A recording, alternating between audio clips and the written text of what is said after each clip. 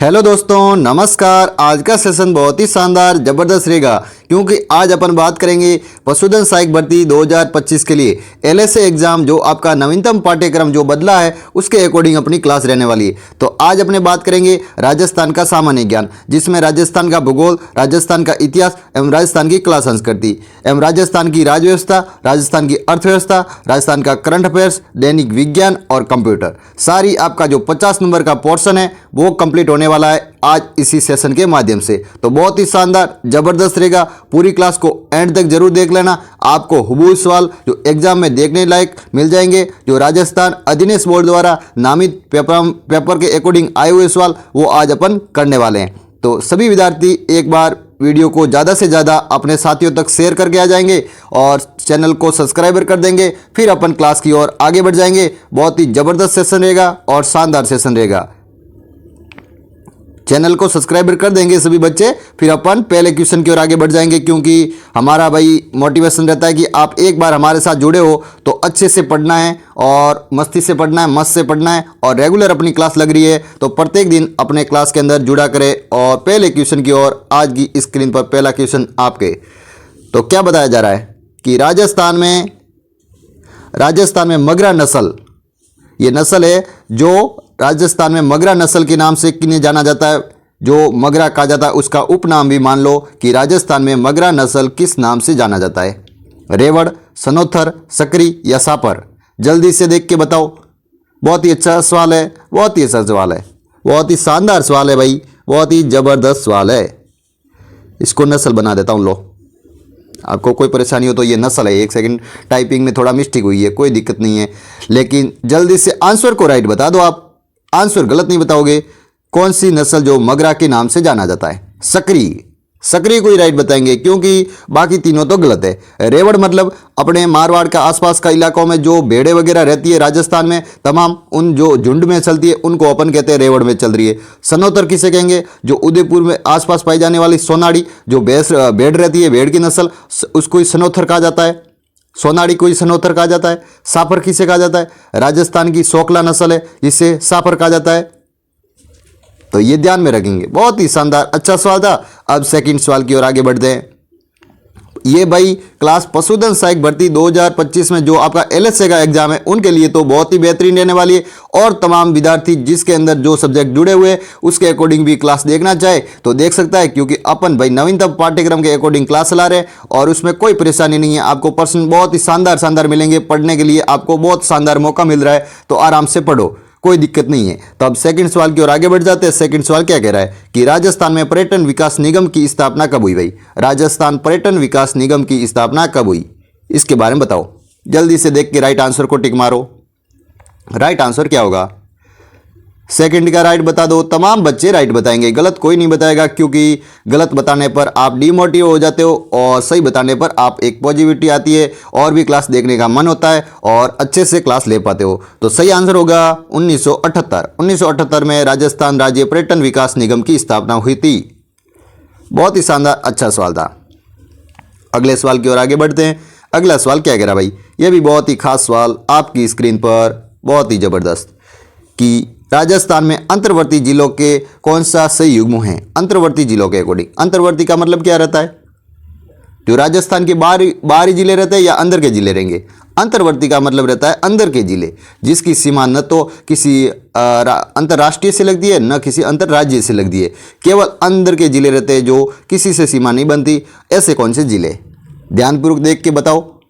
ऐसा सवाल आपको एक एग्जाम में देखने को मिल जाएगा। तो आपको जो राजस्थान के 41 जिले वर्तमान में नवीनतम है उसके अकॉर्डिंग आपको पता रहना चाहिए कि वर्तमान में कौन सा जिला अंतर्वर्ती है, कौन सा बाहरी है जो अंतर्राष्ट्रीय सीमा पर लगता है, कौन सा अंतर्राज्यीय सीमा है जो राज्यों से लगता है। तो तमाम आपको ऐसा सवाल एक आएगा तो आपको ध्यान में रखना है और सभी जिलों को अच्छी प्रकार से आपको मैप को एक बार आपको दिमाग में बैठा लेना है। तो ध्यानपूर्वक इसका राइट आंसर बता दो। तो अजमेर और शाहपुरा, अजमेर बीचों बीच पड़ता है जब लगभग नागौर के आसपास, और शाहपुरा जो भीलवाड़ा से अलग हुआ है वो भी मध्यवर्ती जिले।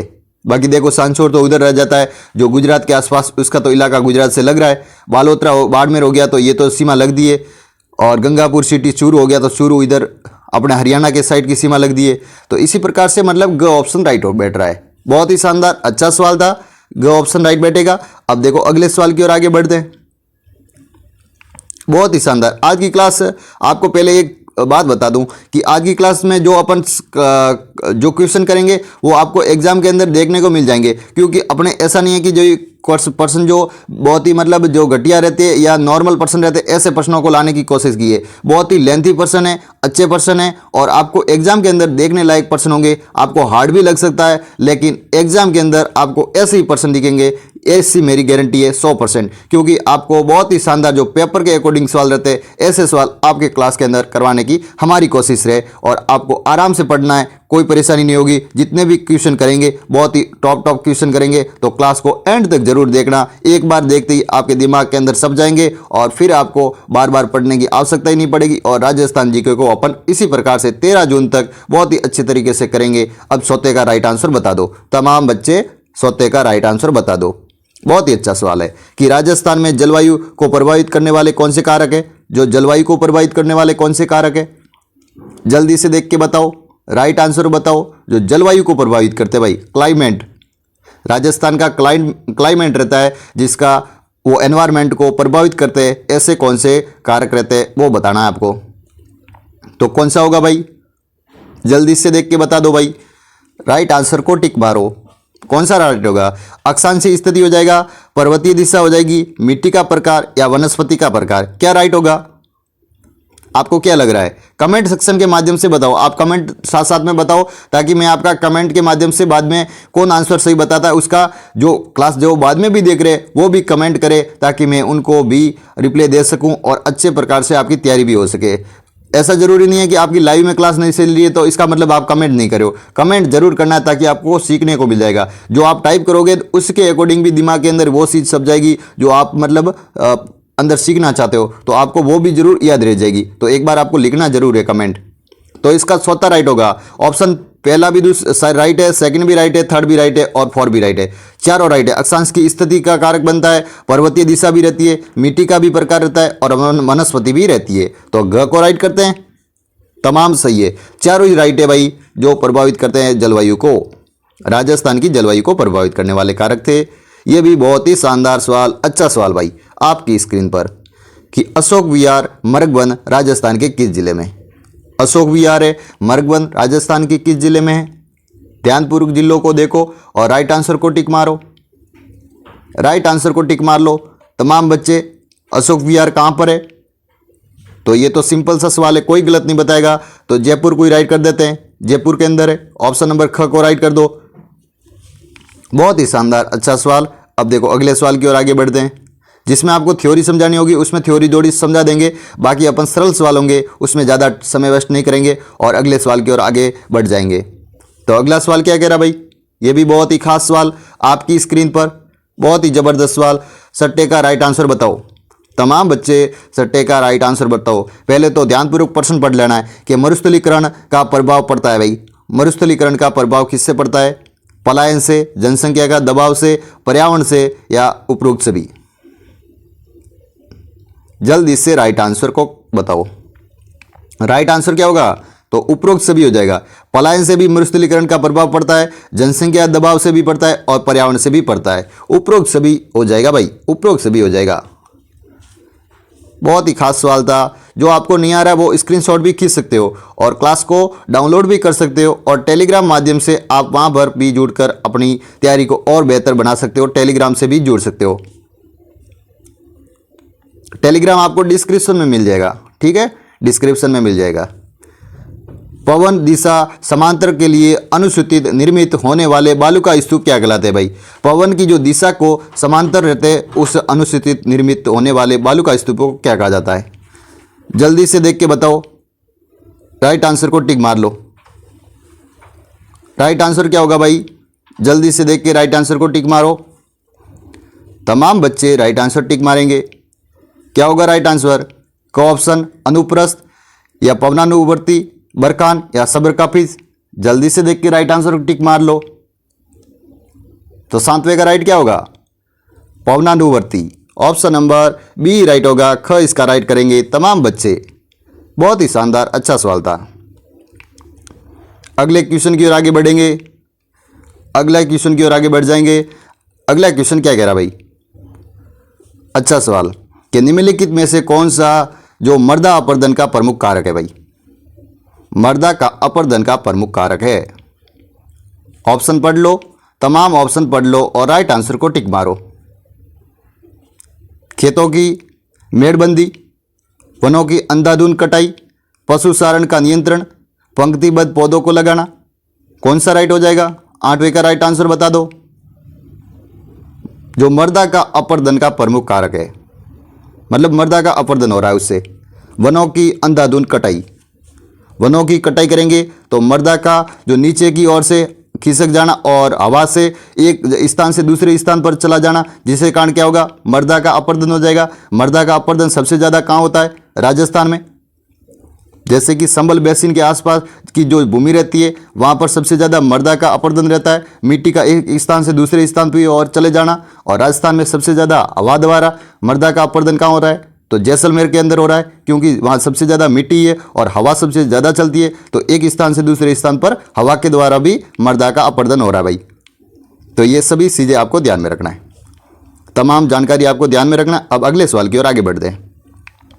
अगला सवाल क्या कह रहा है आपकी स्क्रीन पर? अगला सवाल, अब आंसर का राइट आंसर बताओ 90 का, तब तक प्रश्न पढ़ लो आराम से। पहले तो क्या बताया जा रहा है कि वन रिपोर्ट 2021 के अनुसार राजस्थान में सर्वाधिक क्षेत्र वर्दी वाला जिला कौन सा है? सबसे ज़्यादा वन कहाँ है? 2021 की वन रिपोर्ट के अकॉर्डिंग बताना है। ध्यानपूर्वक देख के आराम से राइट आंसर बताओ कौन सा होगा सबसे ज़्यादा। वन रिपोर्ट 90 का राइट आंसर बताना है, नम्मा करके आगे आंसर लिख लेना कमेंट सेक्शन के माध्यम से। तो क्या राइट होगा भाई? अजमेर राइट होगा। अजमेर के अकॉर्डिंग सबसे ज़्यादा भाई वन क्षेत्र हुआ है, जो 2021 वन रिपोर्ट के अकॉर्डिंग। अच्छा सवाल था। अब अगले सवाल की ओर आगे बढ़ते हैं। ये भी बहुत ही कथन कारक का सवाल है, लेकिन अच्छा सवाल है भाई। ऐसे सवाल आपको एग्जाम के अंदर देखने को मिलेंगे, लेकिन अपना भाई चैनल है जो ऐसे क्वेश्चन भी आपको प्रत्येक दिन लाने की कोशिश करता है, क्योंकि आपको कहीं न कहीं आपका भला हो भाई एग्जाम के लिए। इसलिए आप ऐसे सवालों को प्रत्येक बार करा करें, ताकि आपको अच्छा सा रिवीजन हो, फायदा हो भाई एग्जाम के लिए। तो जल्दी से अब देख के बताओ राइट आंसर क्या होगा। तमाम बच्चे राइट आंसर बताओ कि निम्नलिखित में से कौन सा कथन पर विचार कीजिए। जल्दी से देख के राइट आंसर को टिक मार लो भाई। तमाम बच्चे राइट आंसर को टिक मारो। 10वें का राइट बताना है आपको, 10वें का राइट आंसर बताना है। तमाम बच्चे राइट आंसर बताओ। तो पहला क्या बताया जा रहा है कि बनास डाई खारी नदियों का त्रिवेणी संगम बिसलपुर टोंक में होता है। बिल्कुल राइट है, क्योंकि इसमें तो कोई दिक्कत हो नहीं रही आपको। दूसरा क्या है कि राजस्थान में सर्वाधिक बीहड़ भूमि चंबल बेसिन में पाई जाती है। हाँ पाई जाती है भाई, बीहड़ भूमि सबसे ज़्यादा चंबल बेसिन में, जहाँ कोटा के आसपास सवाई माधोपुर करौली, वहाँ सबसे ज़्यादा बीहड़ की भूमि है, सबसे ज़्यादा उत्खात स्थलाकृति भूमि है। और अगला क्या कह रहा है कि चंबल भूमि का प्राचीनतम काल के रूप में इसे श्रमवती भी कहा जाता है। इसका उपनाम था श्रमवती, नदी के नाम से जाना जाता था। तो ये तीनों राइट बैठ रहे हैं, कोई परेशानी नहीं है, क्योंकि तीनों को ही राइट करते हैं। तीनों ही सही है भाई, तीनों ही राइट है। आप देख लेना, आराम से देख लेना, और जो भी आपको प्रश्न हार्ड लग रहा है आप स्क्रीनशॉट भी खींच लो, ताकि आपको बाद में भी देखने को मिले। अब 11th का राइट आंसर बताओ। आपकी स्क्रीन पर 11वां सवाल, जल्दी से देख के राइट आंसर को टिक मारो कि निम्नलिखित में से कौन सा जो राजस्थान के बाघ परियोजना के लिए नहीं है, कौन सा बाघ परियोजना जो राजस्थान में नहीं है। जल्दी से देख के राइट आंसर को टिक मारो। राइट आंसर को टिक मार लो। सरिस्का अभ्यारण्य, चंबल अभ्यारण्य, रामगढ़ विषधारी वन्यजीव अभ्यारण्य, धौलपुर करौली वन्यजीव अभ्यारण्य, कौन सा राइट होगा? तमाम बच्चे राइट आंसर को टिक मारो। 11 का राइट आंसर का टिक मारो। बहुत ही शानदार अच्छा सवाल है। चंबल अभ्यारण्य, आपने ये तो कभी सुना ही नहीं होगा। चंबल अभ्यारण्य कहाँ है? चंबल अभ्यारण्य तो कोई बाघ परियोजना के अकॉर्डिंग नहीं है। सरिस्का तो बहुत सुना है, सरिस्का कहाँ है? अलवर में। रामगढ़ विषधारी कहाँ है, जो वर्तमान में अभी बना है? बूंदी में। धौलपुर करौली कहाँ है? ये धौलपुर करौली में ही है जो अभ्यारण्य जो अभी बना है बाघ परियोजना के अकॉर्डिंग। बहुत ही अच्छा सवाल था। अगला क्वेश्चन क्या कह रहा है? यह भी बहुत ही अच्छा सवाल है कि निम्नलिखित में से राजस्थान के किन जिलों में सर्वाधिक गेहूं का उत्पादन हो रहा है भाई? राजस्थान में सबसे ज़्यादा गेहूं का उत्पादन सबसे ज़्यादा कहाँ हो रहा है? इसके बारे में बताना भाई। जल्दी से देख के राइट आंसर को टिक मारो। तमाम बच्चे राइट आंसर को टिक मारो। बार बार लिख के आपको कमेंट सेक्शन के माध्यम से बताना है। आंसर को फिलअप कर दो भाई, राइट आंसर को टिक मार लो तमाम बच्चे। गेहूं का सबसे ज़्यादा उत्पादन राजस्थान में कहाँ हो रहा है भाई? तो श्रीगंगानगर और हनुमानगढ़ जिलों में हो रहा है भाई गेहूं का उत्पादन। श्रीगंगानगर और हनुमानगढ़ जिले दोनों ही जिलों में सबसे ज़्यादा गेहूं का उत्पादन हो रहा है। इसलिए तो श्रीगंगानगर को कहा जाता है मतलब अनाज का कटोरा या धान का सबसे ज़्यादा अन्न उत्पादन का कटोरा, अनाज उत्पादन करने का कटोरा भाई कहा जाता है। सबसे ज़्यादा श्रीगंगानगर को कहा जाता है। सबसे ज़्यादा अनाज ही श्रीगंगानगर में होता है भाई, इसलिए कहा जाता है। कोई परेशानी नहीं है। अगले सवाल की ओर आगे बढ़ते हैं। अगला सवाल क्या कह रहा भाई? बहुत ही खास सवाल आपकी स्क्रीन पर कि निम्नलिखित में से कौन सा युग्म असम्मिलित है भाई? कौन सा युग्म असम्मिलित है? बाकी तीनों सही होंगे, एक ही असम्मिलित होगा। देख लो, अब देख लो, आराम से देख लो, प्रश्न कहीं नहीं कट रहा है। चारों ऑप्शन आराम से दिख रहे हैं आपको, तो राइट आंसर को टिक मारो। जल्दी से देख के राइट आंसर को टिक मारो। बहुत ही शानदार, अच्छा सवाल। तो ऑप्शन नंबर कौन सा राइट होगा और कौन सा असम्मिलित होगा? तो ऑप्शन नंबर खेतड़ी है, वो देबारी के अंदर नहीं है भाई। खेतड़ी कहाँ है? खेतड़ी तो झुंझुनू के अंदर है, ये एक गलत बैठ रहा है। बाकी हिंदुस्तान मशीन टूल्स HMT जो अजमेर के अंदर है, इंस्टीट्यूट मैसन लिमिटेड ये कोटा के अंदर है, और खेतड़ी कॉपर कॉम्प्लेक्स ये देबारी के अंदर नहीं है, क्योंकि देबारी के अंदर तो भाई नहीं है भाई। जिंक का बना हुआ है, जो जिंक लिमिटेड या जिंक के अकॉर्डिंग जो बना हुआ है, जो सबसे ज़्यादा इसका मतलब उद्योग लगा हुआ है, वो देबारी के अंदर उदयपुर के अंदर है। और खेतड़ी तो कॉपर के लिए बना हुआ है, और वो कहाँ है? झुंझुनू के अंदर है। और सिरेमिक्स कॉम्प्लेक्स पार्क वो खारा के अंदर है, ये भी सही है। तो केवल ग को ऑप्शन को असम्मिलित होगा, बाकी तीनों सही हो जाएंगे। बाकी तीनों सही हो जाएंगे। ध्यानपूर्वक आराम से देख लो, कोई परेशानी नहीं थी प्रश्न के अकॉर्डिंग। बहुत ही शानदार अच्छी क्लास रहने वाली है। तमाम अपन सब्जेक्ट को आज ही क्लास में ख़त्म करेंगे। आपका जितना भी मैंने थंबनेल पर लिखा था वो सारी चीज़ें इस क्लास में ख़त्म हो जाएगी। साइंस भी है, कंप्यूटर भी है, राजस्थान जीके भी, अर्थव्यवस्था भी, करंट भी, तमाम चीज़ें इसी क्लास में देखने को मिल जाएगी। इसलिए पूरी क्लास को एंड तक ज़रूर देख लेना, ताकि आपका अच्छा सा रिविजन हो जाए, अच्छा खासा रिवीजन हो जाए। और एग्ज़ाम अब नज़दीक है, तो आपके लिए प्रत्येक दिन क्लास लगाने की कोशिश हमारी रहेगी। और प्रत्येक दिन जुड़ा करें और आराम से इस सीरीज़ को अपन चलाएंगे। और प्रत्येक दिन हमारे साथ कितना सपोर्ट देते हो ये तो आपके ऊपर है। अपने साथियों के साथ कितना शेयर करते हो ये आपके ऊपर है। ज़्यादा से ज़्यादा शेयर करना है और इस चैनल के बारे में बताना है भाई कि भाई उड़ान एग्रीकल्चर क्लासेज आपके लिए जो प्रतिदिन जो पशुधन सहाय के लिए ये सीरीज का ऐलान किया है कि भाई 50 या 60 क्वेश्चन जितने भी रहेंगे उतने क्वेश्चन आपको 50 से प्लस क्वेश्चन देखने को मिल जाएंगे। और जो आपका 50 नंबर का पोर्शन रहता है वो पोर्शन आपको कंप्लीट करवाएंगे अपन। इसी प्रकार से बहुत ही ज़बरदस्त क्लास रखेंगे, रेगुलर क्लास रखेंगे। ऐसा नहीं है कि भाई एक दिन क्लास आई दूसरे दिन नहीं आई, आपकी प्रत्येक दिन क्लास देखने को मिल जाएगी। अब देखो 100 का राइट आंसर बता दो कि राजस्थान राज्य सहकारी संघ की स्थापना कब हुई थी भाई? राजस्थान राज्य सहकारी संघ की स्थापना कब हुई थी भाई? राइट आंसर क्या होगा? ध्यानपूर्वक देखो और आराम से राइट आंसर को टिक मार लो। राजस्थान राज्य सहकारी संघ की स्थापना कब हुई थी भाई? 100 का राइट आंसर बताना भाई। तो 1957 में हुई थी भाई। 1957 का कोई राइट करेंगे। 1957 के अंदर राजस्थान राज्य सहकारी संघ की स्थापना हुई थी भाई। बहुत ही अच्छा सवाल था, बहुत ही खास सवाल था। जो आपको नहीं आ रहा है ऐसे सन के सवाल, कभी कभार आपको कन्फ्यूज हो जाते हो, तो स्क्रीनशॉट भी खींचा करो ताकि आप बाद में भी देख के आराम से पढ़ सको। षष्टम मतलब सट्टा राज्य वित्त आयोग की अध्यक्ष कौन है भाई? मतलब सट्टे जो वित्त आयोग है उसके अध्यक्ष कौन है वर्तमान में? बहुत ही अच्छा सवाल है भाई, बहुत ही ज़बरदस्त सवाल है। 15वें का राइट बताना है आपको। 15वें का राइट आंसर बताना है। तो श्री प्रत्युबन सिंह है सट्टे वित्त आयोग के अध्यक्ष है भाई। अच्छा सवाल था, बहुत ही खास सवाल था।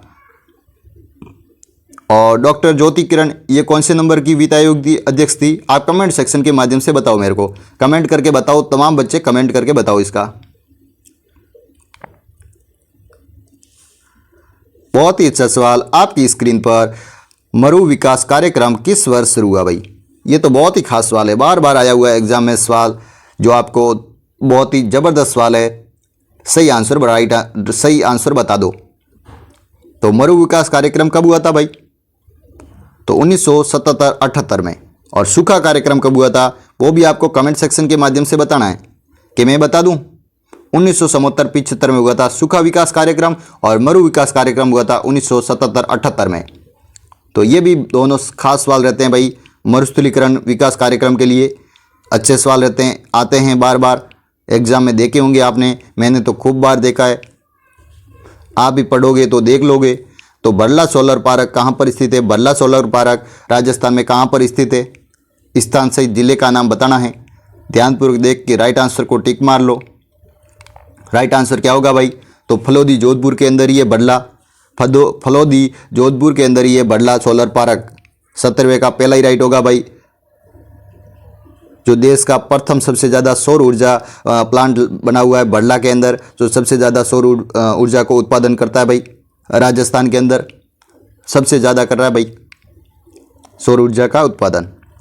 अगला सवाल आपकी फील्ड से, आपकी भाई सब्जेक्ट से, कि बहुत ही अच्छा सवाल बनता है कि 20वीं जो पशु गणना रहती है तो उसके अकॉर्डिंग राजस्थान में पशु घनत्व कितना है?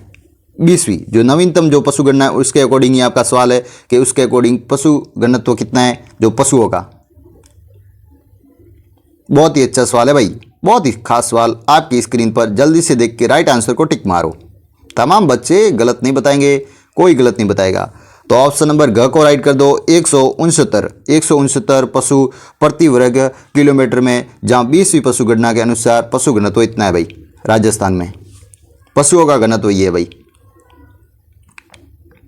बहुत ही खास सवाल, अच्छा सवाल आपकी स्क्रीन पर।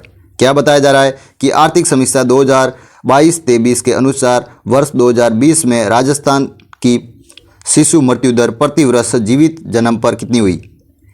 ये जनगणना रहती है, उसके अकॉर्डिंग जो नवीनतम आंकड़े रहते हैं वही सवाल है जो आर्थिक समीक्षा के अंदर दे रखे हैं। तो बहुत ही खास सवाल आपकी स्क्रीन पर। ऐसे सवाल आपको देखने को मिलेंगे जो एग्जाम के अंदर। तो ध्यानपूर्वक राइट आंसर बताओ। बहुत ही खास सवाल। 19वें का राइट आंसर बताओ भाई। तो 32 हो जाएगी भाई। प्रति 1000 जीवित जन्म पर इतनी रहती है भाई शिशु मृत्यु दर, 32 रह जाएगी भाई। ऑप्शन नंबर ग को राइट करेंगे। अच्छा सवाल था, बहुत ही खास सवाल था। अगला सवाल अब भाई राइट आंसर बताओ। ये भी बहुत ही खास सवाल कि वर्ष 2024-25 में बजट के अनुमानों के अनुसार राजकोषीय घाटे में सकल राज्य घरेलू उत्पाद में GSDP के कितने प्रतिशत तक रखने का लक्ष्य रखा गया है? इसका राइट आंसर बताओ। अब 20वें का राइट आंसर बताओ। कितना लक्ष्य रह रखा है? कितना परसेंट में लक्ष्य रह रखा है? तो 3.95% का लक्ष्य लिया है भाई GSDP द्वारा। GSDP द्वारा 3.95। तो ग ऑप्शन को राइट कर दो। तमाम बच्चे ग ऑप्शन को राइट कर दो। क्लास ज़्यादा धीमी तो नहीं लग रही है ना? किसी को धीमी लग रही है कि भाई अपन धीरे धीरे पढ़ा रहे, तो वो भी क्लास को एक बार थोड़ी स्पीड में कर लो, 1.5 कर लो या 2x में कर लो, ताकि आपको क्लास में पूरे पर्सन एक बार जरूर देखने। कोई भी क्लास को स्किप नहीं करेगा। स्किप करोगे तो फिर आपको सीखने को नहीं मिलेगा। हमारा मतलब एक ही है कि आपको क्लास को एंड तक ले जाना है और पूरी आराम से देखना है। आप भले स्पीड में देखो या भले धीमे देखो या जैसे आपको समझ में आ रही है ऐसे देखो, लेकिन आपको क्लास को पूरी देख लेना। अच्छी क्लास है और आपके लिए क्लास बनी है, तो बहुत ही शानदार क्लास। इसका ग ऑप्शन राइट होगा। अब अगले सवाल की ओर आगे बढ़ जाते हैं। अगला सवाल क्या कह रहा भाई आपकी स्क्रीन पर? बहुत ही खास सवाल, बहुत ही ज़बरदस्त कि बागौर पुरातात्विक स्थल कहाँ पर स्थित है भाई? बागौर जो पुरातात्विक स्थल, मतलब बागौर क्या है? सभ्यता है, तो वो पुरातात्विक स्थल किस जिले में है ये बताना है। अच्छा सवाल है। राइट आंसर को टिक मार लो। तमाम बच्चे राइट आंसर को टिक मारो। तो बागौर सभ्यता कहाँ है? भीलवाड़ा के अंदर, भीलवाड़ा जिले के अंदर है बागौर सभ्यता। बहुत ही अच्छा सवाल है। जयपुर के अंदर क्या है? बैराट सभ्यता है। उदयपुर के अंदर क्या है? आहार सभ्यता है। हनुमानगढ़ के अंदर क्या है? कालीबंगा सभ्यता है।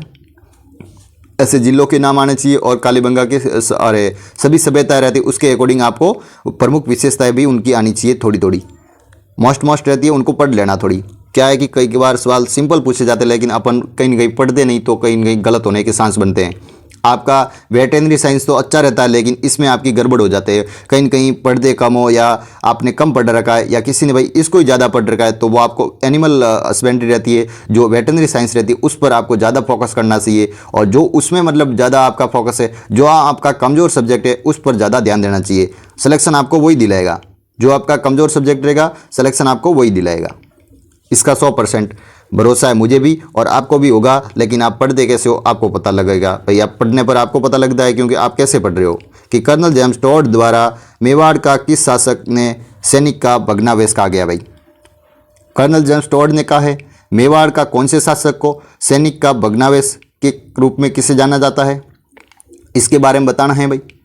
22वें का राइट आंसर बताना भाई। तो राणा सांगा होगा भाई, राणा सांगा ही हो जाएगा। सैनिक का भग्नावशेष कर्नल जेम्स टोड ने कहा भाई। राजस्थान इतिहास के पिता, जिन्होंने राजस्थान के नक्शे को और राजस्थान के इतिहास को इस प्रकार से वर्णित किया और राजस्थान को किस प्रकार से अपन आज देखते हैं, राजाओं के महाराजाओं के बारे में, राजस्थान नाम के बारे में, राजस्थान की भौगोलिक विस्तार वगैरह, और राजस्थान की तमाम पुस्तकें भी लिखी और राजस्थान के बारे में इतना सारा लिख दिया कि आज अपन पढ़ने के लिए मजबूर हो जाते हैं। इतना सारा लिख लिया भाई कर्नल जेम्स टोड ने, इसलिए अपन फादर ऑफ द राजस्थान इतिहास के पिता भी कहा जाता है। इन्होंने अपने राजस्थान शब्द का भी प्रयोग किया। कब किया था राजस्थान शब्द का प्रयोग? 1829 ईस्वी में किया। इसमें पुस्तक भी लिखी annals and the antiquities of the Rajasthan. इनका दूसरा नाम central of western Rajput state of India. और भी बहुत सारी इसने चीज़ें जो अपने राजस्थान के बारे में खूब सारी चीज़ें लिखी और अपने को आज पढ़ने का मौका मिल रहा है कर्नल जेम्स टोड के द्वारा। बहुत सारी किताबों के माध्यम से आज अपन अच्छे से प्रकार से इतिहास को पढ़ रहे हैं। तो अब अगले सवाल की ओर अपन आगे बढ़ते हैं। अगला सवाल क्या कह रहा है भाई, आपकी स्क्रीन पर 23वां सवाल, सही आंसर को राइट बताओ और फिर अपन आगे बढ़ेंगे धीरे धीरे करके। अपन 50-60 जितने भी आज 60 क्वेश्चन रहने वाले। कल मैंने बोला था कि भाई मैं कंप्यूटर के सवाल और साइंस के सवाल भी ऐड करूंगा, और भी जो कल अपने क्लास के अकॉर्डिंग जो कंप्यूटर और साइंस के सवाल नहीं रहते तो आज कोई नहीं, आज अपन इस क्लास के माध्यम से कंप्यूटर भी होगी, साइंस भी होगी और तमाम सब्जेक्ट जो भी आपको दिखेगा मतलब थंबनेल के माध्यम से, वो आपको सारी सब्जेक्ट इसी क्लास में देखने को मिल जाएगी। अब 23वें का राइट आंसर बता दो। तो मारवाड़ के कौन से शासक जिसकी तुलना महाराणा प्रताप से की है? मारवाड़ के ऐसे शासक हुए जिसने महाराणा प्रताप जो मेवाड़ के थे उनकी जैसी तुलना कर दी है। ऐसे कौन से शासक थे? ये तो बहुत ही सिंपल सा सवाल है, इसको तो गलत कोई नहीं बताएगा। मारवाड़ के भी ऐसे शासक हुए जो महाराणा प्रताप की तरह रहते थे। तो राव संदरसेन ही होगा। ग ऑप्शन को ही राइट करेंगे। बहुत ही अच्छा सवाल था, राव संदरसेन इसका राइट हो जाएगा 23वें का। बहुत ही शानदार सवाल।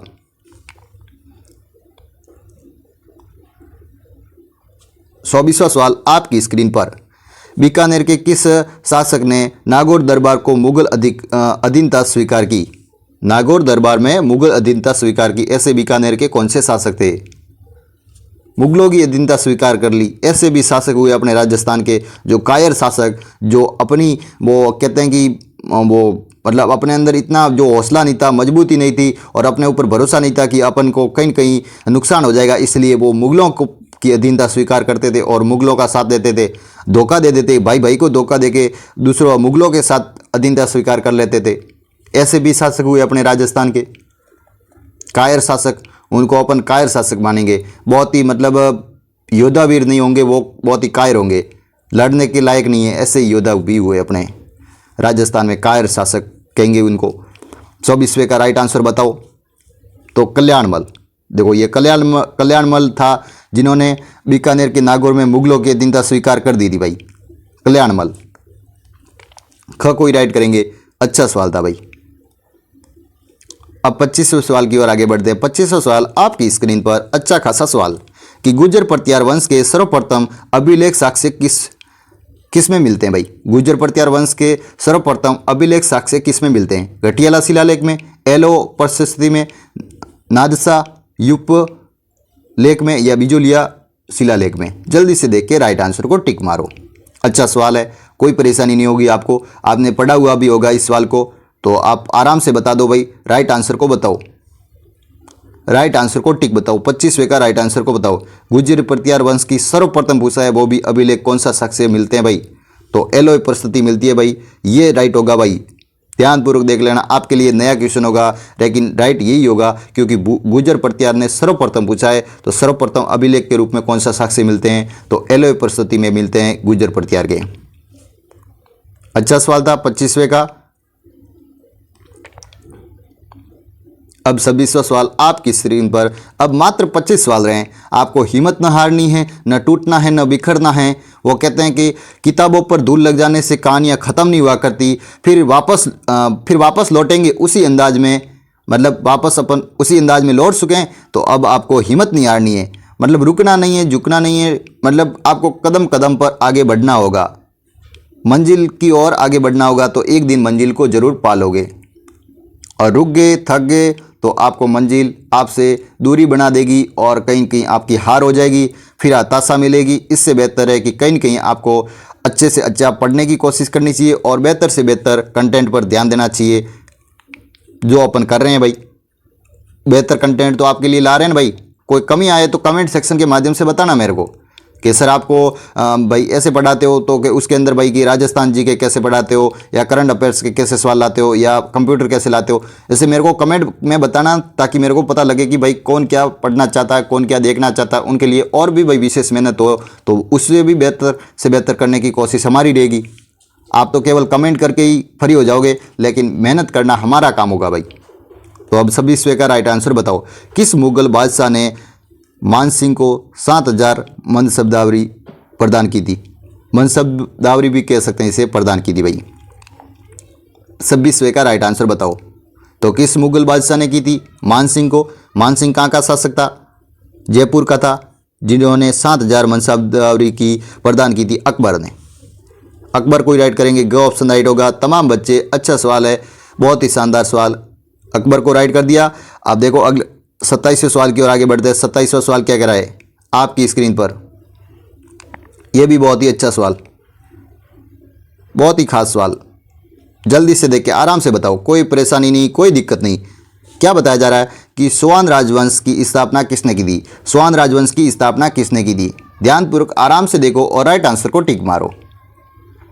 27वें का राइट क्या होगा भाई? जल्दी से देख के राइट आंसर को टिक मार लो। तो वासुदेव। सोआन जो वंश था उसमें राजवंश की स्थापना की थी वासुदेव द्वारा। ख को ही राइट करेंगे, तमाम बच्चे ख को राइट कर देंगे। अच्छा सवाल था। 28वां सवाल क्या कह रहा है? यह भी बहुत ही खास सवाल कि तात्या तोपे ने सर्वप्रथम राजस्थान की किस रियासत पर अधिकार किया था? तात्या तोपे थे, उसने सर्वप्रथम राजस्थान की किस रियासत पर अधिकार किया? अपने राजस्थान पर अधिकार किया तात्या तोपे द्वारा। सर्वप्रथम कौन सी रियासत थी? जल्दी से देख के बताओ। 28वें का राइट आंसर बताओ। तो कहाँ पर किया था? झालावाड़ रियासत हो जाएगी, झालावाड़। झालावाड़ के अंदर रियासत पर अधिकार किया था भाई। तो ग को ही राइट करेंगे, झालावाड़ राइट होगा इसका। अब देखो अगले सवाल की ओर आगे बढ़ते हैं। अगला सवाल क्या कह रहा है आपकी स्क्रीन पर? आराम से प्रश्न को पढ़ लो कि फौजी लंबदार ने किस किसान आंदोलन का नेतृत्व किया था? फौजी लंबदार थे, इन्होंने किस किसान आंदोलन का नेतृत्व किया था? बेंगू किसान आंदोलन, अलवर किसान आंदोलन, भरतपुर किसान आंदोलन, या बिजोलिया किसान आंदोलन? जल्दी से देख के राइट आंसर को टिक मारो। राइट आंसर हो जाएगा भरतपुर किसान आंदोलन। भरतपुर किसान आंदोलन, बहुत ही अच्छा सवाल। भरतपुर किसान आंदोलन राइट आंसर होगा।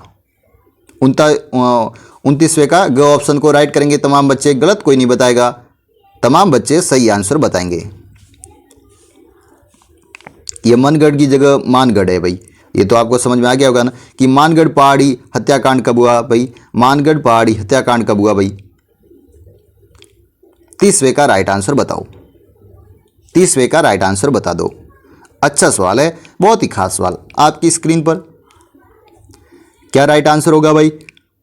तो 17 नवंबर 1913। ये तो बार बार एग्जाम ने सपने वाली डेट है, जो आपको आज ही दिमाग में रट लेनी है भाई। आज ही दिमाग में रट लेनी भाई कि 17 नवंबर 1913 के अंदर मानगढ़ पहाड़ी पर हत्याकांड हुआ था भाई। मानगढ़ की जगह मानगढ़ पढ़ लेना, ये मैंने पहले भी बताया आपको, मानगढ़ पढ़ लेता है। अब देखो अगले सवाल की ओर आगे बढ़ते हैं। अगला सवाल क्या कह रहा भाई? ये भी बहुत ही अच्छा सवाल, बहुत ही खास सवाल। ये देखो मैंने कल डिस्कस किया था, जिन्होंने भाई कमेंट सेक्शन के माध्यम से कई बच्चों ने बताया था कि भाई इसका क्या होता। मैंने कहा था भाई जेंटलमैन एग्रीमेंट समझौता किन किन के मध्य हुआ था, बताया था ना। तो देखो आज सवाल आ गया भाई कि जयपुर का जेंटलमैन एग्रीमेंट समझौता किन के मध्य हुआ और कब हुआ था भाई? कब हुआ था? कमेंट सेक्शन के माध्यम से बताओ भाई। 31वें का राइट आंसर बताना भाई। तो 1942 में हुआ था भाई, 1942 में हुआ था जयपुर प्रजामंडल के अंदर जेंटलमैन एग्रीमेंट समझौता, जो हीरालाल शास्त्री और मिर्जा इस्माइल के मध्य हुआ था। ये भी आपको बता दूं आज, कल नहीं बताया था, आज बता देते हैं। 1942 में हुआ था भाई, ठीक है, 1942। अच्छा सवाल था भाई, ऐसे सवाल आपको ध्यान में रखना है और ऐसे सवाल आपको एग्जाम में देखने को मिल जाएंगे।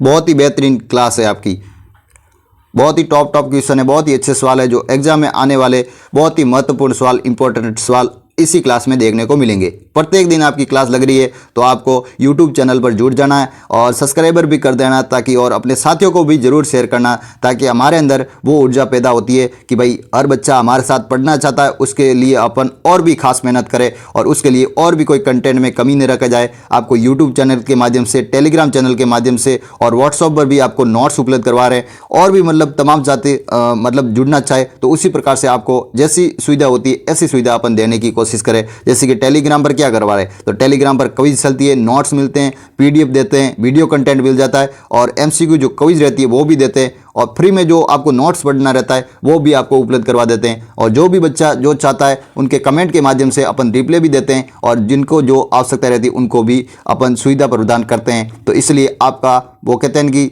24 घंटे आपके लिए समर्पित है। मतलब आपका काम एक ही है, मतलब केवल हमारे साथ जुड़ा रहना और हमारे से अच्छे प्रकार से पढ़ना, यही हमारी कामना है आपसे। बाकी हम कुछ नहीं चाहते आपसे, बस आराम से पढ़ो और मस्ती से पढ़ो और हमारे साथ जुड़े रहो।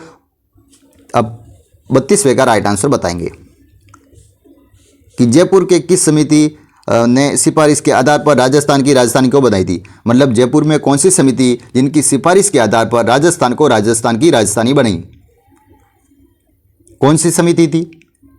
जल्दी से देख के राइट आंसर को टिक मारना है, बाकी तीनों को छोड़ देना है, केवल अपने को तो राइट आंसर देखना है। राइट आंसर क्या हो रहा है भाई?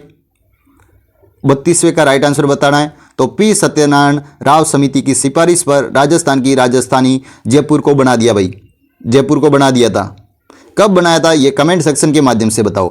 अब पता लगता है कि कौन सही बताता है कौन गलत बताता है।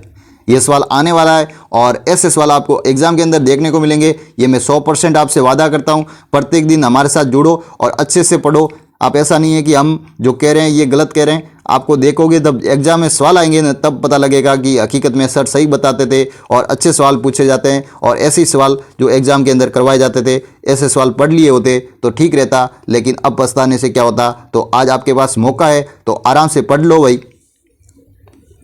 विजय स्तंभ के बारे में कौन सा कथन असंगत है, मतलब कौन सा कथन असंगत है और बाकी तीनों सही होंगे।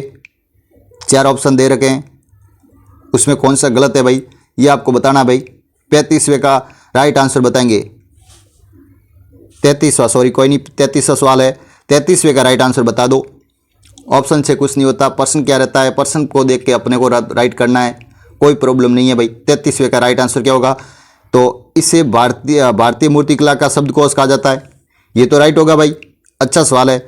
इसकी 122 फीट ऊंचा और 7 मंजिला है, क्या आपको ये राइट लग रहा है? इस स्तंभ पर निर्माण 1440 में प्रारंभ होकर सन 1448 में पूर्ण हुआ। इनकी शिल्पी जेता और इनके पुत्र नापा, पोमा और पुंजा थे। तो कौन सा गलत बैठ रहा है? ये 7 मंजिला नहीं है, यही गलत बैठ रहा है, क्योंकि ये तो 9 मंजिला भाई। विजय स्तंभ जो महाराणा कुंभा ने मोहम्मद खिलजी की मतलब हार हुई उस समय, मोहम्मद मतलब जो कुंभा थे, कुंभा के द्वारा विजय के स्तंभ में विजय स्तंभ दुर्ग बनवाया था भाई। तो चित्तौड़गढ़ के अंदर बना हुआ है ये। तो बहुत ही अच्छा सवाल था। तो ये पहला तो राइट बैठ रहा है और दूसरा भी 122 फीट तो सही है, लेकिन 9 मंजिला है और इसकी विजय स्तंभ की निर्माण 1440 में हुआ था और 1448 में पूर्ण हुआ। और इसकी शिल्पी जेता, उनके पुत्र नापा, पोमा और पुंजा थे। तो ये भी राइट होंगे। तो केवल कौन सा गलत होगा ये अब अपन राइट कर बता देते हैं। तो ख ऑप्शन ए की जो है असंगत है, बाकी तीनों सही है। ध्यानपूर्वक देख लो, अब ध्यानपूर्वक देख लो। अपने एक्सप्लेनेशन पूरा कर लिया, पूरा देख लिया, ताबड़तोड़ जो घुमा फिरा के अपने को जो भी आ रहा था अपने को बता दिया। जितना भी आपसे हो सके उतना पढ़ लेना, आराम से देख लेना, ठीक है। अब अगले सवाल की ओर आगे बढ़ जाते हैं। अगला सवाल क्या कह रहा है आपकी स्क्रीन पर कि निम्नलिखित में से कौन सा असंगत है भाई? असंगत बताना है, बाकी तीनों सही है। ऐसे कथन कारक के सवाल मैं क्यों लेता हूँ, सबसे ज़्यादा कथन कारक के सवाल क्यों लेता हूँ, क्योंकि आपको कहीं न कहीं ऐसे सवाल देखने को मिलेंगे एग्जाम में। आपको सिंपल सवाल आजकल, पहले वन लाइनर क्वेश्चन आते थे, वो बीएसटीसी पीटीटी या छोटे एग्जामों में पूछे जाते थे। आजकल क्या हो रहा है कि प्रश्न को अंदर 2 या 3 क्वेश्चनों को कथन कारक के माध्यम से, कथन कारक जो अलग अलग ऑप्शन रहते हैं उस ऑप्शन पे घुमाना, और भी मतलब थोड़ा डिफिकल्ट हो सके ऐसा एग्जामिनर सोचता है। जहां अपना दिमाग नहीं पहुंचता वहां एग्जामिनर, वहां से शुरू होता है दिमाग उनका। तो ध्यानपूर्वक ऐसे प्रश्नों को करने की कोशिश करनी है जैसे क्वेश्चन एग्जाम में आते हैं।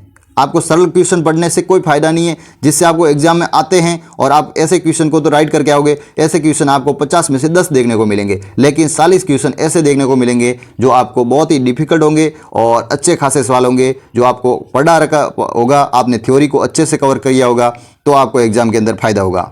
अब 36वें का राइट आंसर बताएंगे। तो बिश्नोई संप्रदाय के प्रवर्तक जाम्बोजी है, बिल्कुल राइट है, बिल्कुल राइट है। जाम्बोजी का जन्म 1441 में हुआ था, यह भी बिल्कुल राइट है। जाम्बोजी पर्यावरण के वैज्ञानिक थे, यह भी बिल्कुल राइट है। जाम्बोजी का मेला कार्तिक अमावस्या को लगता है, यह गलत है। इसको एक को गलत करेंगे, बाकी तीनों राइट बैठ रहे हैं। अच्छा सवाल था, इसका केवल यही गलत बैठ रहा है, बाकी तीनों सही है। और इसकी समाधि स्थल कहाँ है जाम्बोजी की? मुकाम तलावा, नौका, बीकानेर। और इनका मेला कब बढ़ता है, आप कमेंट सेक्शन के माध्यम से मुझे बताओ कौन सही बताता है भाई। जाम्बोजी का मेला कब बढ़ता है? और खिजड़ियाली जो 12 सितंबर के अंदर जोधपुर के अंदर खिजड़ियाली गांव के अकॉर्डिंग, यहाँ पर भी जो जाम्बोजी का जो प्रमुख थान है, और खिजड़ियाली के लिए अमृता देवी ने जो 363 लोगों ने अपनी जान दे दी थी भाई पर्यावरण को बचाने के लिए। तो बहुत ही पर्यावरण वो कहते हैं प्रेमी हैं भाई बिश्नोई संप्रदाय के लोग, जो पर्यावरण को बहुत ही सबसे ज़्यादा मानते हैं और पर्यावरण के लिए खूब मतलब समर्पित रहते हैं भाई, पर्यावरण को बचाने के लिए बिश्नोई संप्रदाय के लोग। अब अगला सवाल को राइट आंसर बताओ कि निम्नलिखित में से कौन सा नथमल जोशी का मतलब उनकी रचना की है भाई। निम्नलिखित में से कौन सा नथमल जोशी की रचना है भाई? नथमल जोशी है, उनकी रचना कौन सी है? 35वें का राइट आंसर बता दो। पग फेरो कौन सा राइट होगा? बातारी फुलवारी, धरती दोरारी या दोरा रो दोरी, क्या राइट होगा? तो दोरा रो दोरी, यही मैंने नहीं बोला इसलिए ये राइट था, यही राइट था भाई, पहला ही राइट था, दोरा रो दोरी। पग फेरो तो किसकी है? मधी मणुकर की है, मधु मणिकर। और बातारी फुलवारी किसकी है? विजयदान देतारी है। धरती दोरारी किसकी है? कन्हैयालाल सेठियारी है। तो नथमल जोशी की रचना दोरा रो दोरी, यही रचना होगी भाई। गलत नहीं बताना है, आपको अच्छे से करवा रहे हैं सवाल, अच्छे से पढ़ना है भाई, स्किप नहीं करना है क्लास को। कई बच्चे स्किप करना चाहते हैं, क्लास के अंदर पढ़ना नहीं चाहते, ऐसा नहीं करना है, क्योंकि आपके लिए भाई बहुत ही बेहतरीन क्लास ला रहे हैं और प्रत्येक दिन बहुत ही अच्छे से अच्छे क्वेश्चन लाने की कोशिश कर रहे हैं। जो पढ़ना चाहे वो पढ़ सकता है भाई, आराम से दिल खोल के पढ़ सकता है, क्योंकि कंटेंट में कोई कमी नहीं रखी जाएगी। मेवाड़ में भील जनजाति द्वारा किया जाने वाला सबसे प्रसिद्ध नृत्य कौन सा है? जो भीलों द्वारा मेवाड़ क्षेत्र में किए जाने वाला प्रसिद्ध नृत्य कौन सा है? देखो टॉप क्वेश्चन है ना भाई, बहुत ही खास सवाल, ऐसे सवाल आपको एग्जाम में देखने को मिलेंगे भाई। 36वें का राइट आंसर क्या होगा? तो गौरी हो जाएगा भाई, गौरी हो जाएगा। जो भीलों द्वारा किया जाता है, जो भील जनजाति द्वारा मेवाड़ क्षेत्र में किया जाता है गौरी। पवाई कहाँ किया जाता है? पवाई उदयपुर में किया जाता है। कालबेलिया, वैसे कालबेलिया प्रमुख नृत्य हैं। गुलाबो इसकी प्रसिद्ध नृत्यांगना है। घूमर अपने राजस्थान का लोक नृत्य घूमर है। अच्छे सवाल थे नृत्यों के बारे में। अब बताओ ये, इसका भी राइट आंसर बताओ, ये भी अच्छा सवाल है कि शक्कर पीर बाबा की दरगाह कहाँ पर स्थित है?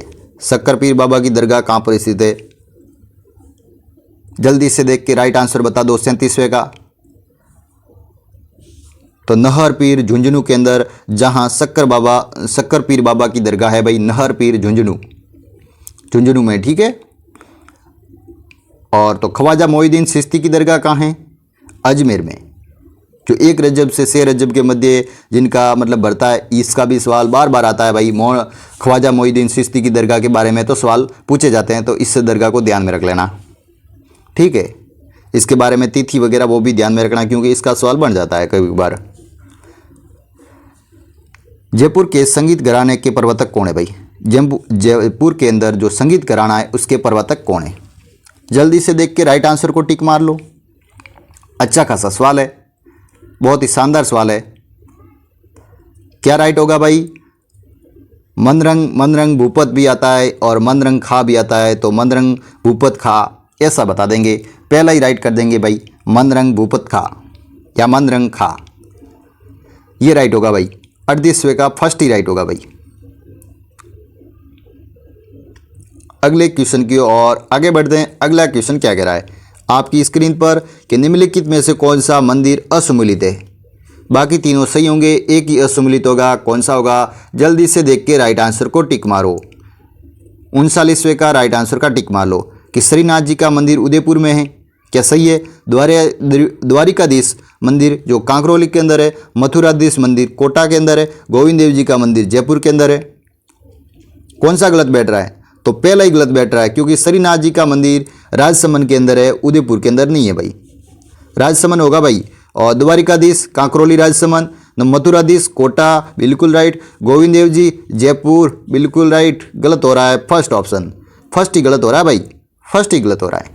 अच्छा सवाल था, आपको साथ साथ में थोड़ा एक्सप्लेनेशन भी करवा रहे हैं ताकि आपको अच्छे से पूरी क्लास समझ में आए और अच्छे से अच्छे क्वेश्चन को करो, तो ताकि आपको एग्ज़ाम के अंदर बहुत सारा फ़ायदा हो। ऐसा हमारा मकसद है, आपका समय वेस्ट करना हमारा मकसद नहीं है। आपको कहीं न कहीं आपका भला करना चाहते हैं, आपका बारे में अच्छे एग्ज़ाम के अंदर अकॉर्डिंग प्रश्न पूछे जाते हैं, उसके लिए अपन मेहनत कर रहे हैं। तो आप प्रत्येक दिन जुड़ा करें और अच्छे से क्लास ले। अपने साथियों के साथ शेयर नहीं करते आप, ये आपसे मेरे को एक प्रश्न पूछना है भाई, अपने साथियों के साथ शेयर जरूर करो, ताकि हमारे अंदर भाई जो पढ़ रहे हैं तो आपके लिए इतनी मेहनत करें तो और भी ज़्यादा खास मेहनत आपके लिए की जाएगी। अपने साथियों के साथ शेयर कर दो भाई, एक बार तमाम बच्चे शेयर करके अपने एक बार ग्रुप के अंदर भाई स्टेटस भी लगा सकते हो और अपने इस उड़ान एग्रीकल्चर क्लासेज को आप उसी प्रकार से बढ़ा सकते हो। तो ये काम आपको करना है भाई।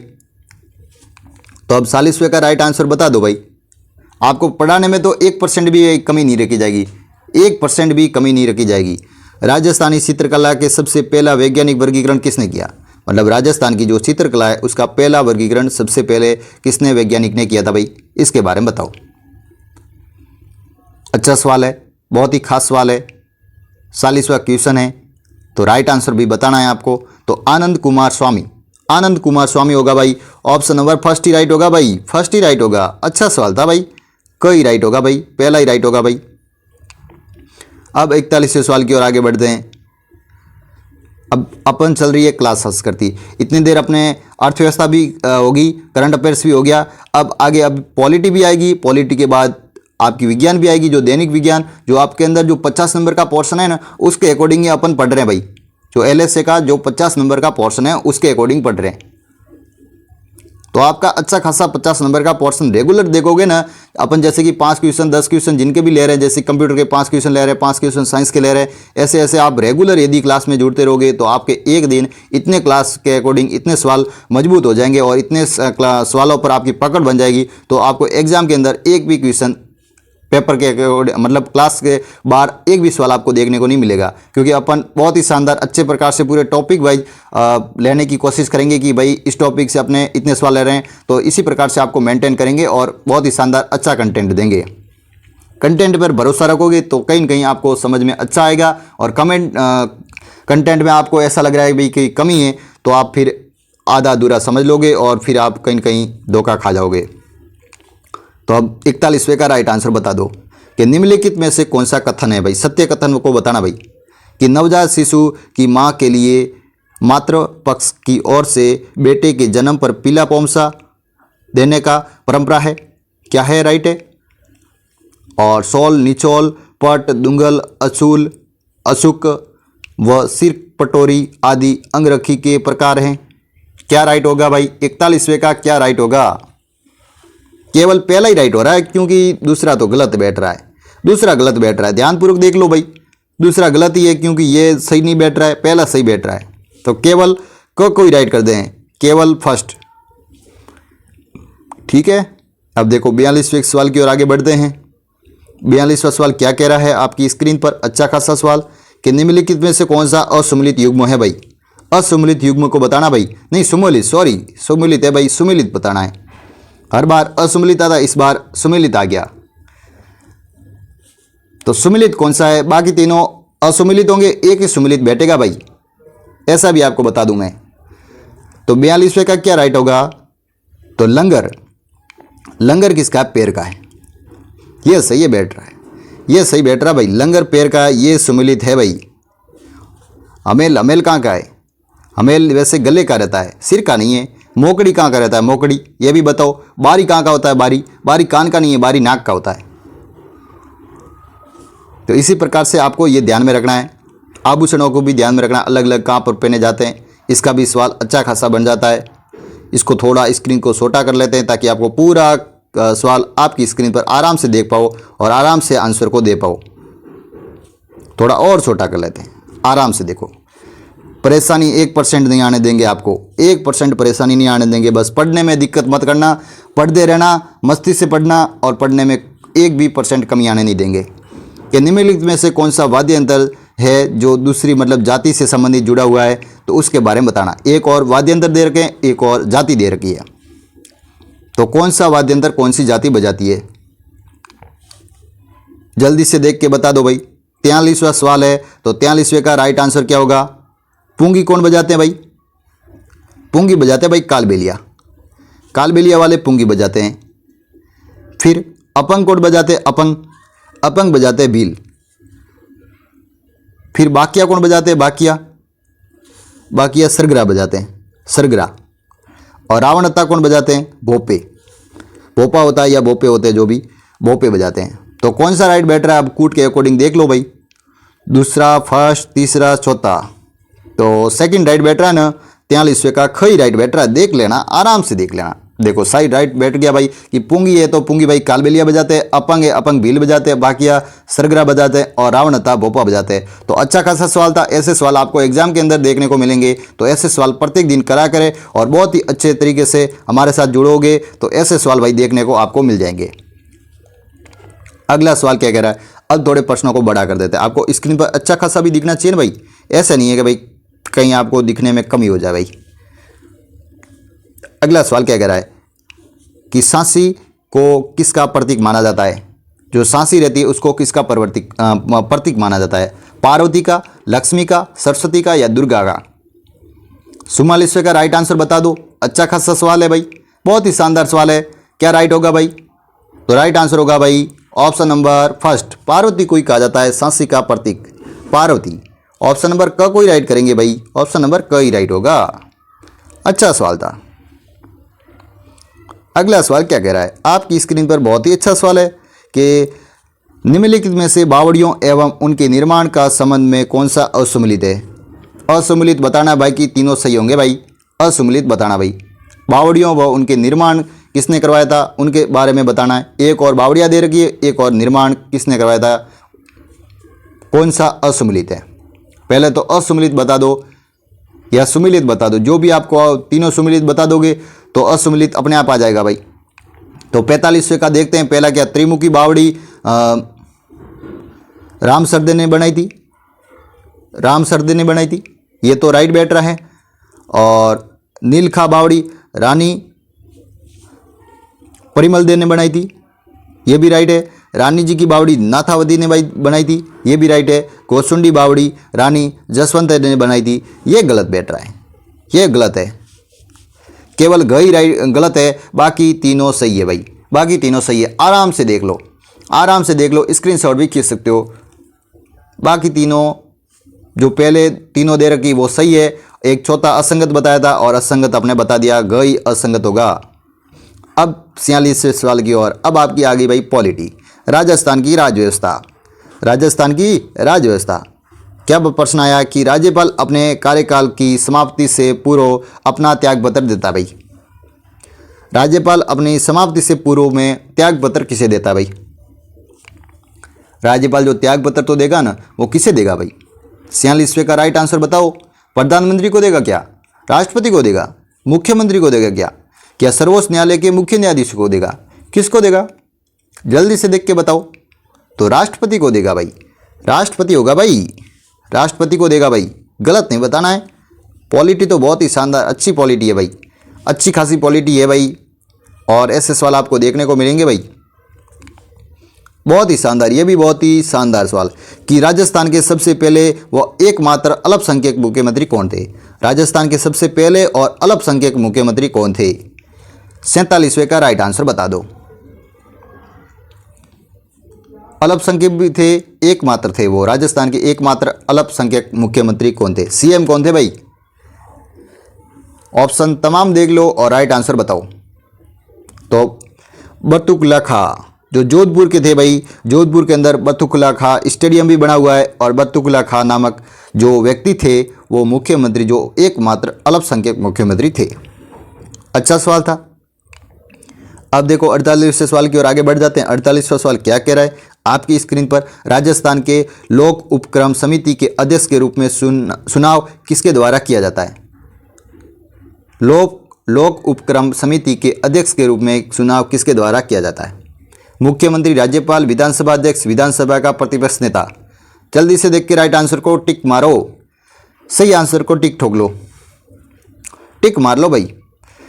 क्या होगा राइट? कि विधानसभा अध्यक्ष, विधानसभा अध्यक्ष ही होगा भाई। तो ग को राइट कर देते हैं। सही है भाई, ग ही राइट है भाई, कोई परेशानी नहीं है। अब 49वां सवाल आंसर बताओ कि तलाक संबंधी विवाद प्रस्तुत कौन करता है भाई? तलाक से संबंधित जो विवाद रहता है उनको प्रस्तुत कौन करता है? जल्दी से राइट आंसर को टिक मारो भाई। 49वें का राइट आंसर को बताओ। तलाक संबंधी विवाद को प्रस्तुत कौन करता है भाई? तो दीवानी न्यायालय, अलग अलग न्यायालय रहते हैं। मैं एक बार और भी ये सवाल करवाया था पहले क्लासों में, आपने नहीं देखा हो तो पुरानी क्लास से भी देखना, उसके अंदर भी ये ऐसा सवाल आया था। तो उसके अकॉर्डिंग अपने कौन सा न्यायालय उसके अकॉर्डिंग बताया था भाई। तो आज इसका आंसर होगा फर्स्ट कि दीवानी न्यायालय द्वारा ही तलाक संबंधी विवाद प्रस्तुत करता है। अब देखो पॉलिटी का ये लास्ट सवाल है भाई। पॉलिटी क्या कह रही है आज का लास्ट सवाल में कि राजस्थान की पंचायती राज संस्थानों में चुनाव लड़ने के लिए न्यूनतम उम्र कितनी होनी चाहिए भाई? पंचायती राज के चुनाव लड़ने आपको, पंचायती राज मतलब सरपंच बनना है तो उनके लिए चुनाव की आयु कितनी होगी भाई? सरपंच बनना है तो उम्र तो मायने करेगी भाई। सरपंच बनना है तो कितनी होगी भाई? सरपंच बनना है तो 21 साल उम्र कर दो और फिर बन जाओ सरपंच। अपने गांव के सरपंच बन जाओ, मुखिया बन जाओ भाई।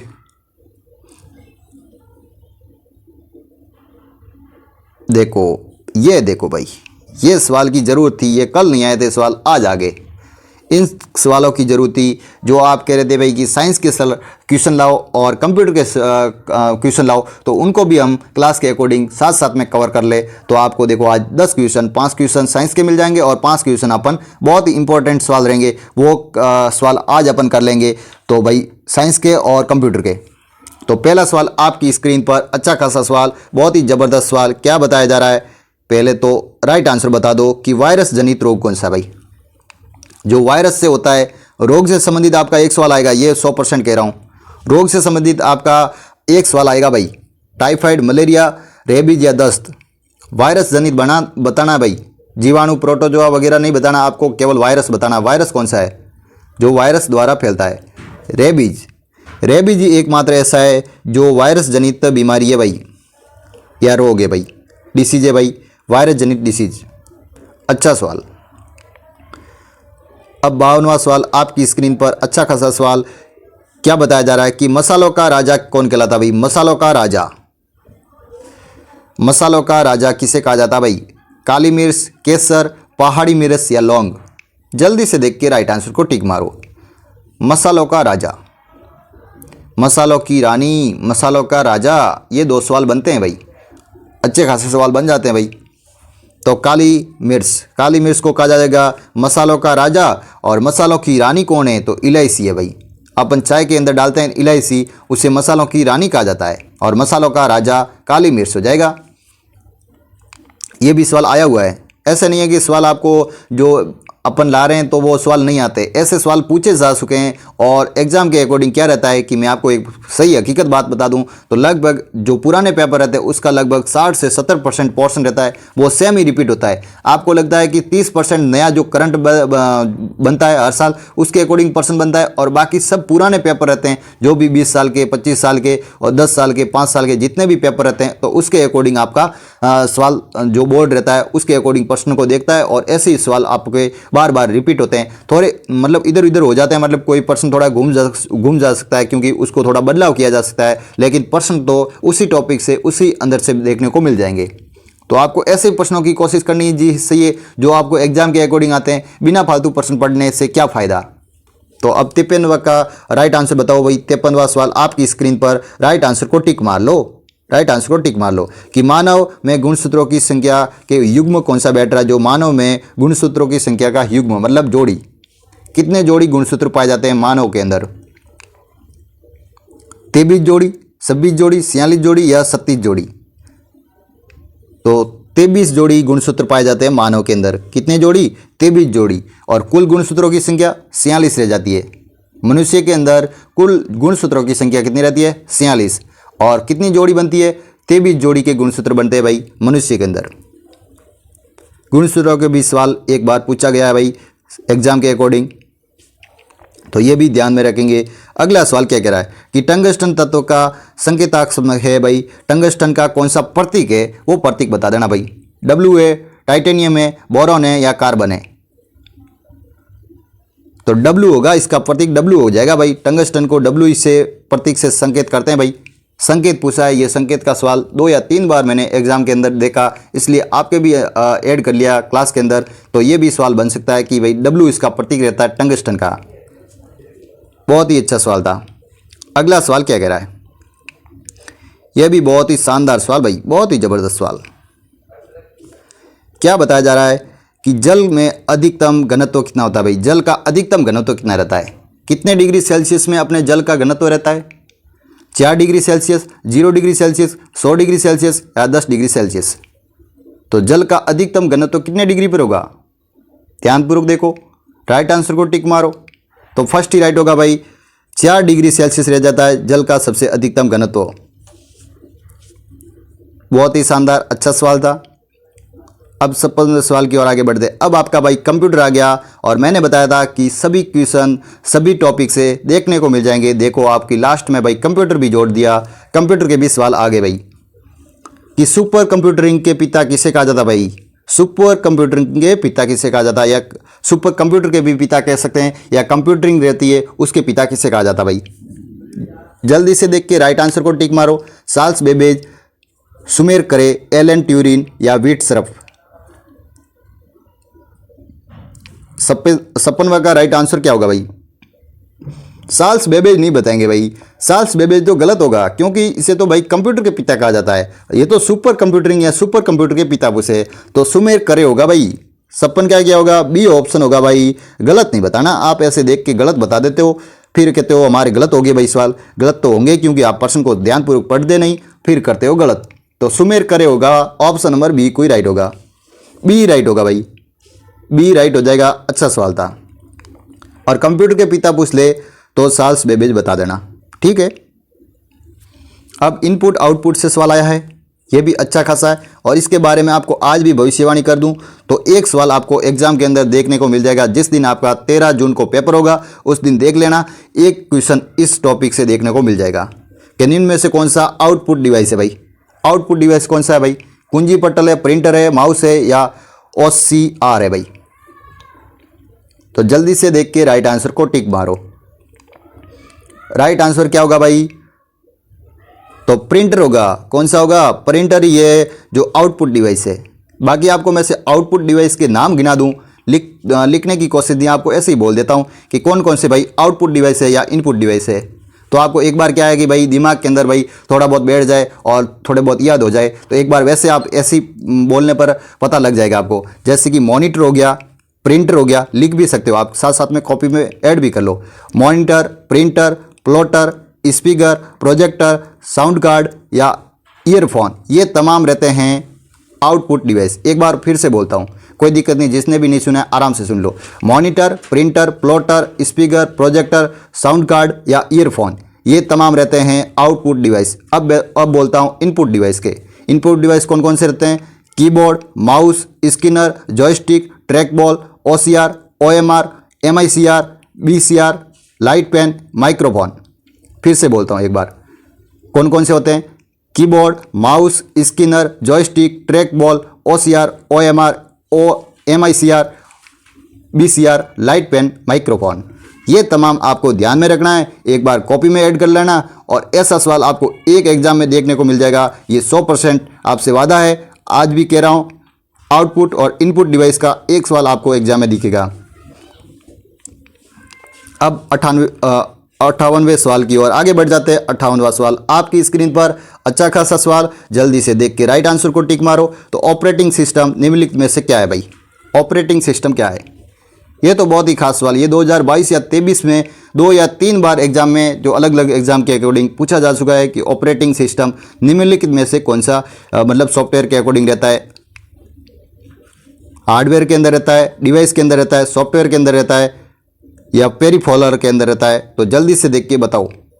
58 का राइट आंसर क्या होगा भाई? तो ऑप्शन नंबर कौन सा राइट होगा? तो सॉफ्टवेयर के अंदर होता है ऑपरेटिंग सिस्टम। सॉफ्टवेयर राइट होगा भाई, फर्स्ट ही राइट होगा भाई, पहला ही राइट होगा। ऑपरेटिंग सिस्टम किसके अंदर रहता है? सॉफ्टवेयर के अंदर रहता है। अच्छा सवाल था। अब मात्र 2 सवाल रहे हैं। हिम्मत मत हारना, टूटना मत, बिखरना मत, बस चलते रहना, धीरे ही सही लेकिन चलते रहना, रुकना न, थकना न, हिम्मत ना हारना, चलते रहना बस। कदम आपके एक दिन जरूर सफलता की, वो कहते हैं कि आपको प्यास वो रहती है, जो भूख रहती है वो एक दिन आपके जरूर शांत होगी, बस आप रुकना मत, शांत मत हो जाना। शांत हो गए तो ठंडे पड़ जाओगे और ठंडे पड़ गए तो रुक जाओगे और रुक जाओगे तो कहीं कहीं आपका काम बिगड़ जाएगा। सबसे तेज़ मेमोरी कौन सी है भाई? सबसे तेज़ मेमोरी कौन सी है? CD रोम है, हार्ड डिस्क है, ऑक्सिलरी साइक मेमोरी है या कैश मेमोरी है? सबसे तेज़, सुपर तेज़ मेमोरी जो सबसे तेज़ रहती है भाई, सबसे फास्ट रहती है, ऐसी कौन सी मेमोरी है भाई? ये सारी मेमोरी दे रखी है, उसके अकॉर्डिंग आपका सबसे तेज़ कौन सी मेमोरी है? जल्दी से देख के राइट आंसर को टिक मार लो। तो कैश मेमोरी रहती है, कौन सी? कैश मेमोरी रह जाती है, वो सबसे तेज़ मेमोरी मानी जाती है भाई। ध्यानपूर्वक देख लेंगे भाई, कैश मेमोरी को ही सबसे तेज़ मेमोरी कहा जाता है। आज की क्लास का लास्ट क्वेश्चन, बहुत ही बेहतरीन क्वेश्चन, बहुत ही शानदार क्वेश्चन कि एक निबल का तुल्य रहता है, मतलब एक निबल के अकॉर्डिंग कितने बिट्स रहते हैं? एक निबल में कितने बिट्स बनते हैं भाई? एक निबल होता है जो कंप्यूटर के अंदर जो संख्या रहती है, उस संख्या के अकॉर्डिंग जो निबल्स का कितना तुल्य हो जाता है, कितने बिट्स में माना जाएगा? 4 बिट्स में, 8 बिट्स में, 16 बिट्स में या 32 बिट्स में? तो 4 बिट्स रहता है इसका, फर्स्ट ऑप्शन ही राइट होगा भाई। एक निबल का 4 बिट्स हो जाएगा, इसकी संख्या कितनी होगी? 4 हो जाएगी। तो ऑप्शन फर्स्ट को राइट कर दो। अच्छा सवाल था, एग्जाम में आया हुआ सवाल है, देख लेना आप, पुराने पेपर देख लेना, आपको पता लगेगा। जाते जाते आपको एक 60 दे रखा है, वो 60 भी साथ साथ में कवर करते हैं। क्या बताया 60 के अकॉर्डिंग? ये देख लो, बहुत ही अच्छा 60 भाई। 2010 की प्रमुख नीतियां हैं, ऐसे 60 आपको प्रत्येक दिन एग्जाम होगा, वहां तक आपको ऐसे 60 अपन देखने को मिलेंगे, क्योंकि अपन ऐसे 60 के माध्यम से क्या लगता है कि आपको मतलब एक साथ सारी चीज़ें कवर हो जाती है। तो आपको धीरे धीरे अपन रेगुलर 1-2 जितने भी हो सके उतने 60 लाने की कोशिश करेंगे और प्रत्येक दिन आपको अच्छे से अच्छे रिविजन करवाने की कोशिश करेंगे। ये 2010 में प्रमुख नीतियाँ हैं। तो इको टूरिज्म नीति 2010 में आई थी, जल नीति 2010 में आई थी, बायोमास नीति 2010 में आई थी, पर्यावरण नीति भी 2010 में आई थी, प्रथम वन नीति भी 2010 में थी। तो ये कितने सवाल आपके राइट हो गए? देखो 3 और 5 सवाल आज राइट हो गए, क्योंकि 5 सवाल आज ही आप मतलब याद कर लोगे तो ये सवाल आपको एग्जाम में कभी भी देखने को मिलेंगे। तो इको टूरिज्म नीति सर्वप्रथम 2010, जल नीति, बायोमास, पर्यावरण नीति और प्रथम वन नीति, ये तमाम ध्यान में रखेंगे। 2010 की प्रमुख नीतियाँ हैं। अच्छा खासा सवाल बन जाता है इससे। अगला सवाल क्या कह रहा है? बस अब लास्ट सवाल था, तो अपन अब देखते हैं कि कल ये आपकी क्लास बढ़ रही थी जो पशुधन सहायक के लिए, और प्रत्येक दिन ऐसी क्लास आपको देखने को मिल जाएगी भाई।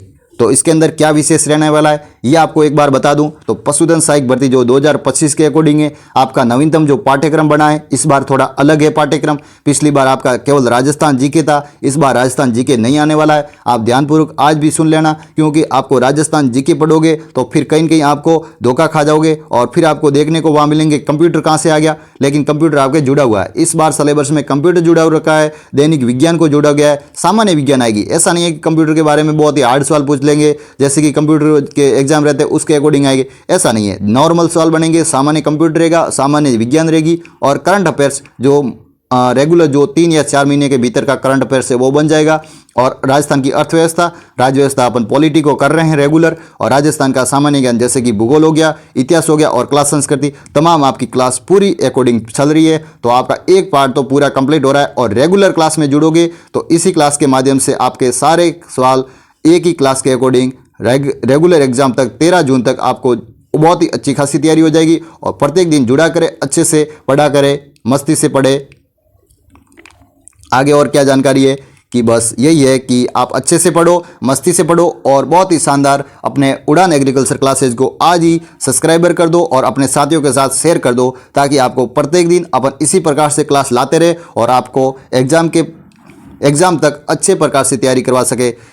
इसके साथ आज की क्लास अपन को यहीं ख़त्म करेंगे। जय हिंद। सभी प्यारे साथियों का, क्लास में जुड़ने वाले तमाम साथियों का एक बार धन्यवाद। Thank you.